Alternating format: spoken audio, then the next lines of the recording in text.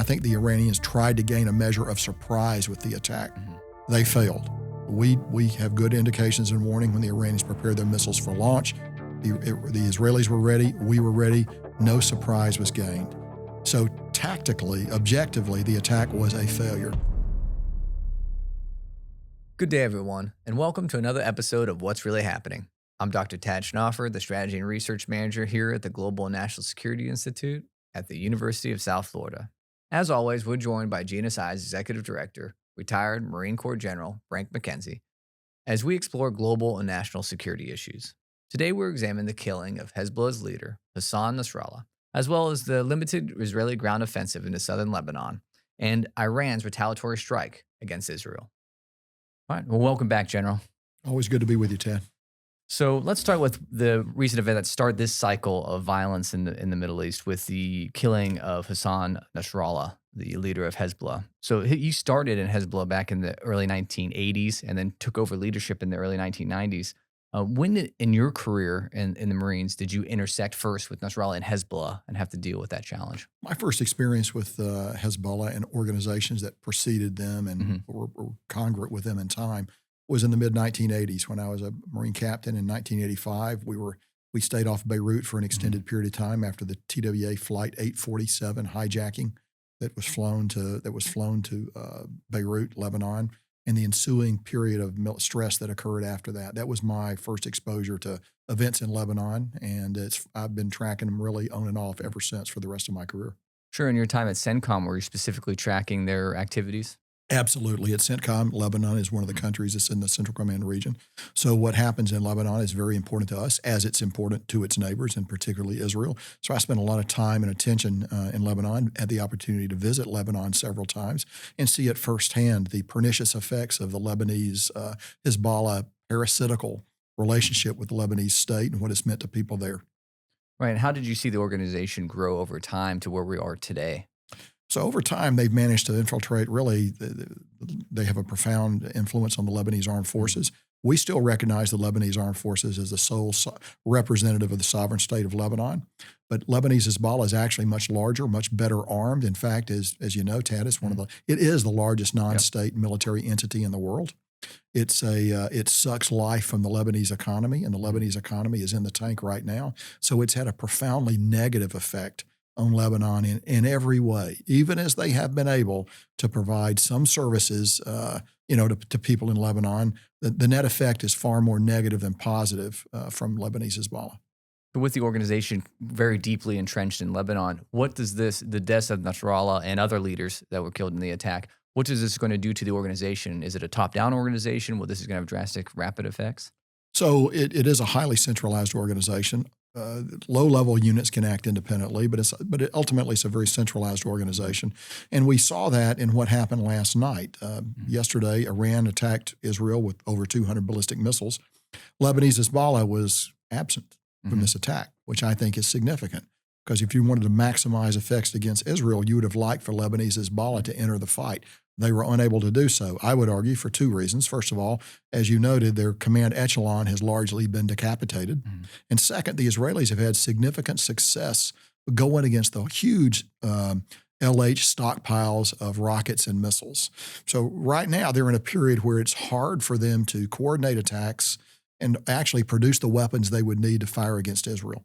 This won't last forever, but it's a period of time right now where they are uniquely weak and vulnerable. It seems like the Iranian proxies in general are disheveled because of our Israeli attacks. Is that part of their strategy? As we've noted over the last year, really, Israel has been attacking key leaders of different proxies in and outside of Iran. Well, today it's hard to argue against that strategy. Right. Lebanese Hezbollah is gravely reduced from where they were 30 days ago. And in fact, we may have made a mistake all along in overemphasizing the strength of Lebanese Hezbollah. Now, the Houthis down in Yemen continue to fight. They're true believers, and they continue to slug away at it. But their ability to directly target Israel is actually quite limited. On the other hand, their ability to close the Bab el-Mandeb and actually then the Suez Canal that follows is significant, and we need to continue to watch that. Hamas is defeated, not destroyed, but defeated by Israel, and that campaign continues, and it still has many bloody, ugly days ahead of it. So the fact of the matter is, people say, well, the strategy of Iran is to surround Israel, and they have.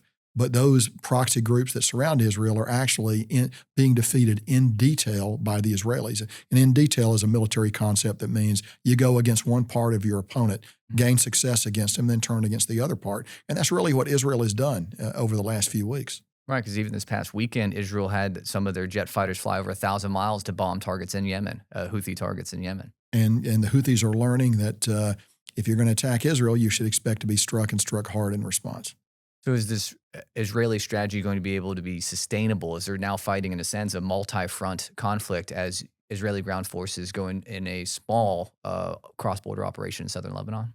I think there's no alternative for Israel. Here's the key thing, Tad, in regard to Lebanese Hezbollah and what's going on there. Israel has had remarkable success, as we noted, against the leadership echelon and against a lot of those rockets and missiles. But the metric that we need to look at is this. Do attacks against the northern tier of Israeli cities, towns, and kibbutzes stop? And are the 80,000 or so Israeli citizens that have been forced to flee south able to return to their homes in safety, in continual safety? That's what we want to watch for here. And that's why Israel has gone north of the border with ground forces, armor, infantry, artillery, the traditional tools of ground combat, because in order to get after some of these low-level, unsophisticated rockets that are being fired into Israel, you're going to have to go up there and root them out the hard way, the old-fashioned way. And that's a bloody, ugly mess. Well, and the Israelis are obviously familiar with this, with multiple campaigns and occupations in southern Lebanon in the 1980s, and then obviously with their campaign in 2006.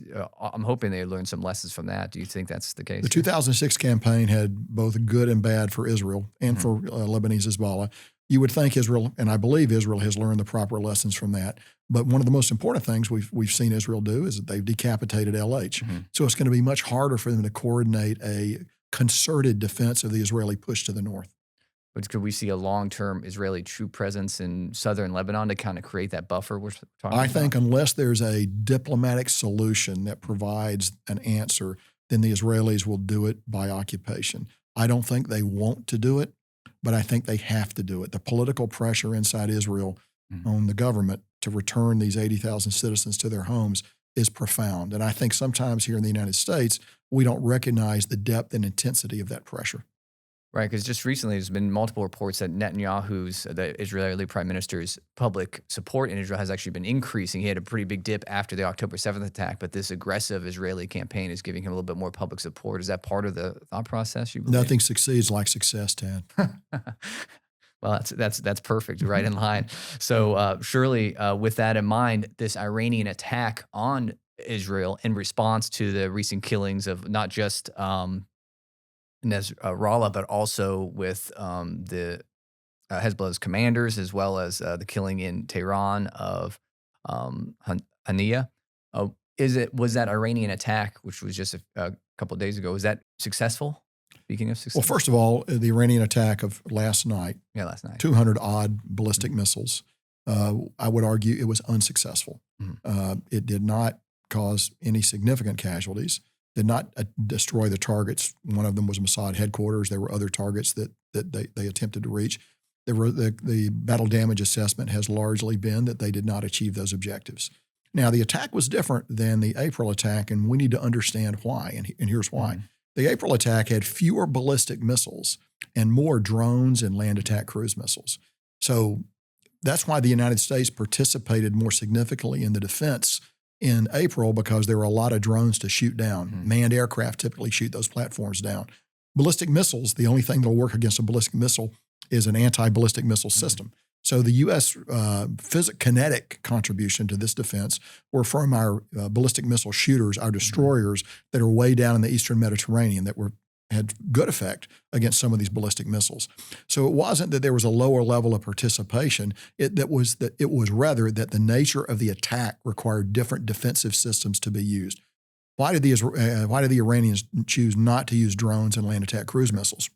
Could be that they saw the complete failure of those systems in the last attack, and the fact that you have to launch them early, 4 to 5 hours ahead of your ballistic missiles, if you want to gain simultaneity over the target. So that gives you a lot of advance warning that the attack is coming. And also the Iranian attack occurred earlier in the evening than is typical for these kinds of attacks. As an outside observer, not knowing what actually happened, my observation would be I think the Iranians tried to gain a measure of surprise with the attack. They failed. We have good indications and warning when the Iranians prepared their missiles for launch. The Israelis were ready. We were ready. No surprise was gained. So tactically, objectively, the attack was a failure. So that begs the question then, Ted, why did they launch the attack? Right. And my argument would be Iran is in a very weak position right now, and it was an act of desperation to try to reset the balance. They had to do something to demonstrate that they're still able to take action against Israel. This was the best they can do. There's no better. They can't launch tonight, they can't launch a larger attack. They don't have the capability to do that. They could repeat the attack of tonight, perhaps, of last night, perhaps, but they can't. There's no crushing attack waiting out there in the wings for the Iranians to launch. Now, there are other options that Iran could exercise. They could use their proxies to attack U.S. forces in Iraq and Syria. Certainly that's possible. They could use their proxies in Iraq and Syria to attack Israel with shorter range weapons. That's possible. Would probably not be any more successful than what we've seen to date. They could turn on their Arab neighbors, and that might give a measure of success to their ballistic missiles because of the very short ranges associated with crossing the Strait of Hormuz and striking targets in Saudi Arabia, Qatar, UAE, Bahrain, and Kuwait. All those things are possible. But the real fact of the matter is, Tad, right now, 18 hours after this attack, Iran is in a much weaker position than they were before the attack. And they were in a much weaker position before they launched this attack than they were 3 months ago before the April attack. They're not in a good place. Right, because they didn't attack after the killing in Tehran of Hania. After that, they were expected that the Iranians would respond in some way. They did not. Well, the supreme leader said we're going to attack within 48 hours, and they didn't. Right. So now they would claim they did it because of peace negotiations in Gaza. I actually don't believe that. I think there were other factors that led to them staying their hand then. But the fact of the matter is the loss of their major ally in Lebanese Hezbollah has pushed the Iranians into such a tight strategic spot that they had two choices here. They could do nothing and be viewed as weak and ineffectual, or they could attack and at least demonstrate they have the capability to do it. I'm not sure that was a prudent strategic choice by Iran, but sometimes nations make decisions that aren't based purely on logic. Sure, and it's different audiences too. You have the international audience and domestic audience, so maybe it's just That's they correct. had to do something. And remember, the Iranians have an infinite ability to lie to themselves about the success of their attacks. Right. Yeah. There are many in Iran to this day who believe the January 2020 attack against Al-Assad Air Base killed over 200 Americans. Yeah. Senior Iranians believe this. So you should never underestimate the ability of the Iranian chain of command to lie to higher-ups. Yeah, the propaganda is pretty effective when you go no outside news, right? So with that in mind, what is the Israeli response going to be? So it seems like they're gearing up for robust response. Yeah, that's the big question right now, Ted. We always say that Iran owns the lower steps on the escalation ladder. Israel owns all the higher steps on the escalation ladder. We're now at that stage. Israel can do about what it wants. They could go. Remember now, in April, after the Iranian attack, the Israeli response was very narrow, technologically dazzling, and circumscribed, designed to show the Iranians, look, if you want to play in this game, we can come in and we can really hurt you. We're not doing it tonight, but we can. So it was an attempt to show the Iranians that. And that had the benefit of assuaging the Biden administration's concerns about an Israeli response and also the Arab neighbors' concerns about an overwhelming Israeli response. Well, so now a few months later, this time the Iranians have struck you with over 200 ballistic missiles. So I think the Israeli response will be more than what we saw in April. And they have a lot of choices here. They can go against the nuclear target, which would require a vast expenditure of resources to get after it. And I'm not certain they would have success ultimately in ultimately destroying that target. It's a complex target. I've studied it for most of my latter half of my professional life. I'm well aware of the difficulties in doing it. It would be a hard target, but they can certainly do that if they choose to. They could strike they could strike Iranian oil infrastructure, which would hurt the Iranian economy significantly. They could go after, well, here's an example. The Iranians claim to target Mossad headquarters. I would assume that all Iranian military intelligence and other intelligence headquarters might be on a target list, and they've got to worry about the Israelis coming after that. They could choose to strike leadership targets. All of those things are in play. And all of those initiatives rest with Israel because right now the momentum has clearly shifted to Israel. So the Israeli next decision is going to be important. because it will dictate a possible Iranian response, which again can't be more than what we've seen, right? Because they've given their maximum effort. So it'll be very interesting to see what the Israelis choose here. I think they will take their time, not too much time. They will take their time and look for the right combination of targets. They'll probably consult with the United States. I don't know that they'll share everything with us, but they'll certainly talk to us as they decide how to proceed here. What I don't think they'll do, Tad, is turn the other cheek. Right, right. Well, and with that past Iranian attack back in April and the one now, some other differences in this one that happened just last night. It was just the U.S. and Israel that responded. While back in April, you also had some other allies or partners respond in the region to the missile and drone attack. Is there a difference because of the ballistics, because they used ballistic missiles this time that they could not, or they just chose? Only the United States and Israel have the ability to intercept ballistic missiles that are targeted at Israel. So before, in the April attack, you had low-level drones and cruise missiles that were transiting countries that could intercept them. Ballistic missiles leave the atmosphere, fly through space. Right. So you've got to have Arrow, David Sling, Iron Dome, Patriot, Aegis, those capabilities in the target area to defend against those weapons. So simply Israel, the United States, maybe some NATO allies, I don't know, but simply because of the modality of the attack, Tad. So even if they wanted to, they just couldn't reach them. Correct. There was no opportunity for them to contribute to the defense of Israel in this case. So speaking of both those Iranian attacks and kind of being the max that they can do, that's the top of their escalation ladder. What, with all these calls of a possible regional war or a all-out war, what would that look like if Iran's kind of tapped out on their reach of missiles? Well, I'll tell you, Tad, we may have been in a regional war since April. Right.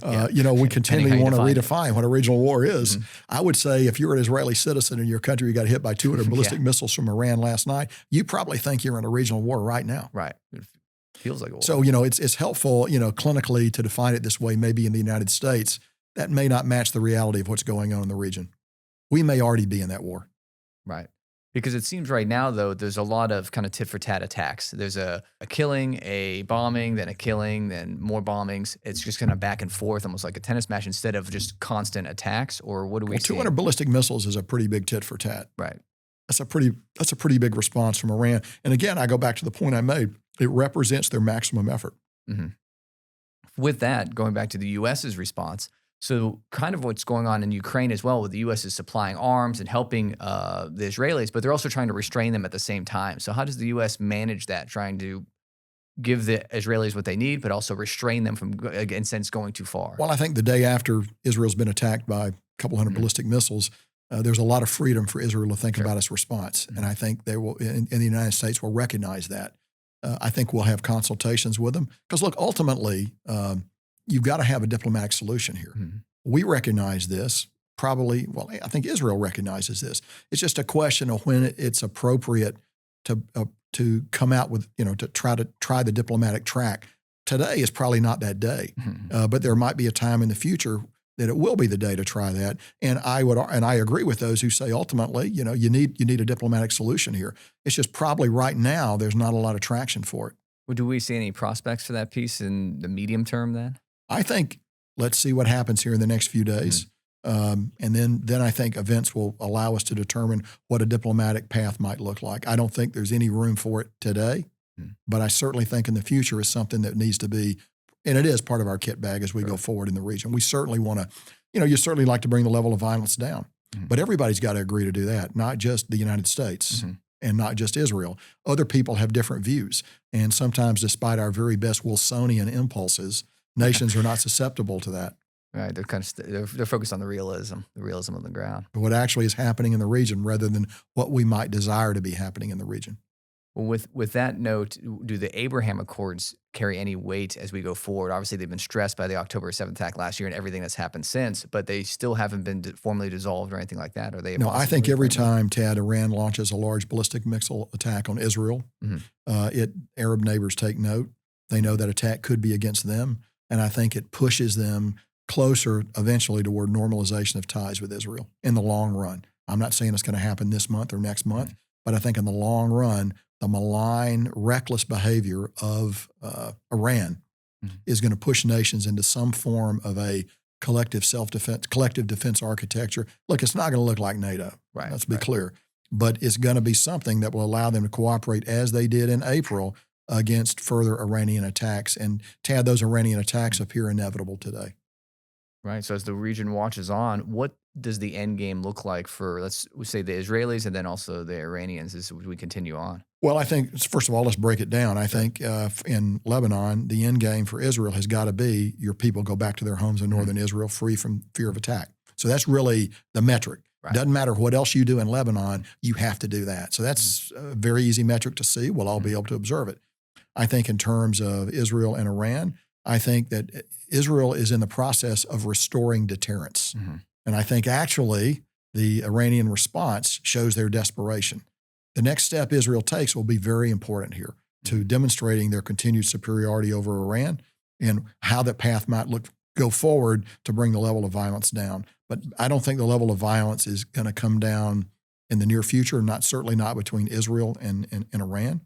The opportunity to do that probably lies in the future, but we're just not finished yet with the kinetic part of this engagement. And what about for Iran, as they're kind of on the back foot here with some unsuccessful attacks? Well, we go back to the principal goal of Iranian policy is preservation of the regime, which is why launching a major attack on Israel is such a risky move.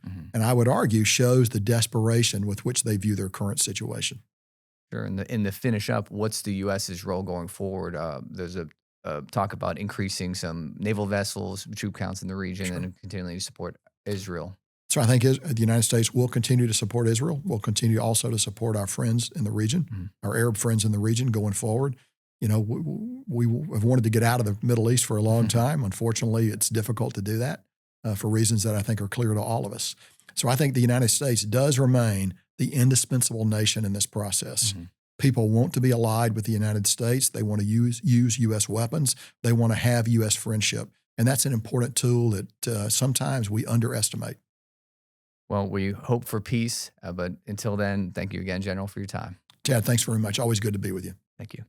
And that's going to wrap up another episode of What's Really Happening. We held an intriguing discussion with GNSI's Executive Director, retired Marine Corps General Frank McKenzie, about the recent events in the Middle East. I'm Dr. Tad Schnaufer here at the Global National Security Institute. Thank you for joining us today, and we look forward to our next discussion when we find out what's really happening.